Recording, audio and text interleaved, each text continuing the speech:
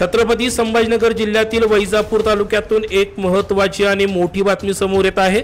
वैजापूर नगरपालिकेच्या निवडणुकीसाठी महायुतीमध्ये बिघाडी झालेली आहे।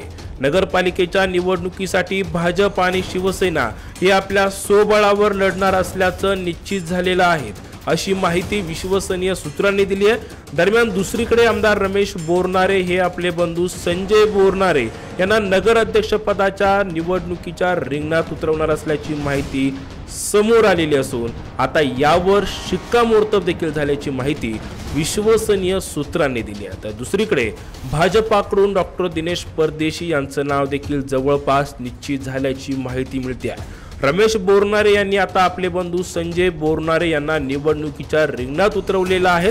दरम्यान उद्या या नावाची घोषणा होऊ शकते, अशी माहिती सूत्रांनी दिली आहे। तर ठाकरेंच्या शिवसेनेकडून प्रकाश चव्हाण यांच्या नावाचा शिक्कामोर्तब झाल्याची देखील माहिती मिळते आहे। त्यामुळे आता वैजापूरमध्ये तिहेरी लढत होण्याची शक्यता आहे। दरम्यान अजितदादांची राष्ट्रवादी आणि शरद पवारांची राष्ट्रवादी काँग्रेस नेमके काय निर्णय घेते हे देखील पाहणं महत्त्वाचं असणार आहे। दरम्यान पुन्हा एकदा वैजापूरमध्ये बोरनारे वर्सेस परदेशी आणि त्यांच्या विरोधामध्ये असणार आहेत प्रकाश चव्हाण असा सामना वैजापूरमध्ये पेटणार आहे। गेल्या काही दिवसांपूर्वी आमदार रमेश बोरनारे यांनी एनआरटी न्यूजला दिलेल्या विशेष मुलाखतीमध्ये स्पष्ट सांगितलं होतं की डॉक्टर दिनेश परदेशी यांना उमेदवारी मिळाली तर मी माझे बंधू संजय बोरनारे यांना निवडणुकीच्या मैदानात उतरवणार आहे आणि त्याच पद्धतीचं चित्र सध्या आपल्याला वैजापूरमध्ये पाहायला मिळत आहे। गेल्या अनेक वर्षांपासून वैजापूरची सत्ता डॉक्टर दिनेश परदेशी यांच्या हातात आहे।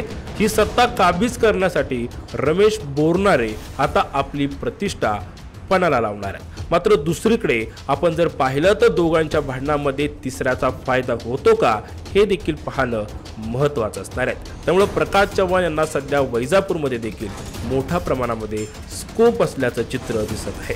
विधानसभा निवडणुकीत महाविकास आघाडीकडून निवडणूक लढवल्यानंतर आणि त्यात पराभव झाल्यानंतर डॉक्टर दिनेश परदेशी यांनी पुन्हा एकदा भाजपामध्ये भरवापसी केली।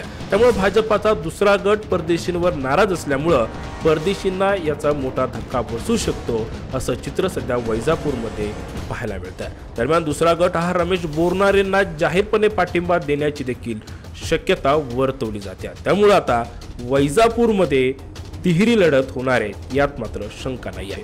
दरम्यान आता वैजापूरमध्ये महायुतीमध्ये बिघाडी झालेली असून स्वबळावर ही निवडणूक लढवली जाणार आहे। रमेश बोरनारे यांच्याकडून त्यांचे बंधू संजय बोरनारे तर भाजपाकडून डॉक्टर दिनेश परदेशी निवडणुकीच्या रिंगणात उतरणार आहेत।